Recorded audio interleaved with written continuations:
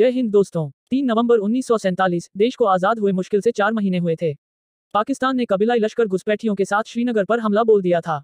मकसद था श्रीनगर एयरबेस को कब्जे में करना। 700 दुश्मन आए थे। हमारे 50 जवानों ने उन्हें न सिर्फ 6 घंटे आगे बढ़ने से रोका, बल्कि 200 घुसपैठियों को नर पहुंचा दिया। इस दौरान हमारे 22 जवान शहीद हो गए। साथ ही वो भी चला गया जो आने वाली पीढ़ियों के लिए हमेशा प्रेरणा स्रोत बना रहेगा। ये कहानी है देश के पहले परम वीर चक्र विजेता मेजर सोमनाथ शर्मा की।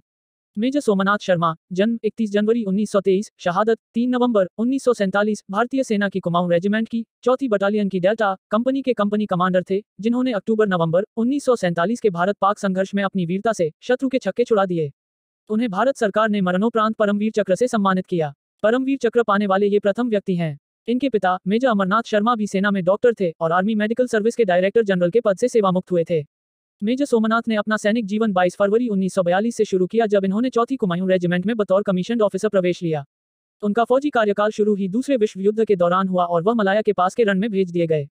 पहले ही दौर में इन्होंने अपने पराक्रम के तेवर दिखाए और वह एक विशिष्ट सैनिक के रूप में पहचाने जाने लगे। दिसंबर 1941 में सोमनाथ ने अपने माता पिता को एक पत्र लिखा था, जो सबके लिए एक आदर्श की मिसाल बन गया था। इन्होंने लिखा था, मैं अपने सामने आए कर्तव्य का पालन कर रहा हूँ। यहाँ मौत का क्षणिक डर जरूर है, लेकिन जब मैं गीता में भगवान कृष्ण के वचन को याद करता हूँ तो वह डर मिट जाता है। भगवान कृष्ण ने कहा था कि आत्मा अमर है, तो फिर क्या फर्क पड़ता है कि शरीर है या नष्ट हो गया।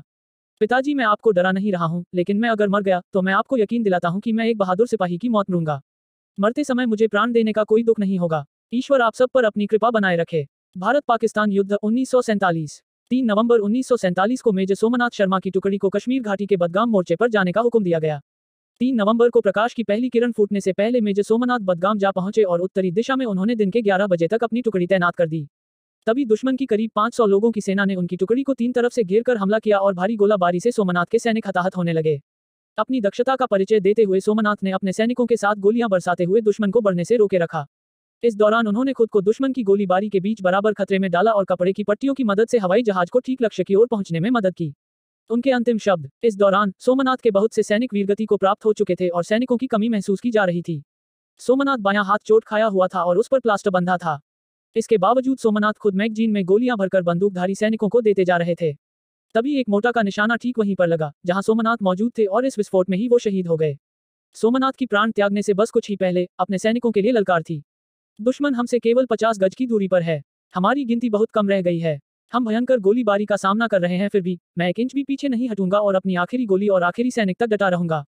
उनके उद्धरण में उनकी वीरता, देशभक्ति और साहस झलकता है। वह परमवीर चक्र पीवीसी के पहले प्राप्तकर्ता थे, जिन्हें उनकी वीरता और बलिदान के लिए मरणोपरांत सम्मानित किया गया था। उन्होंने 25 साल की छोटी उम्र में देश के लिए अपनी जान दे दी।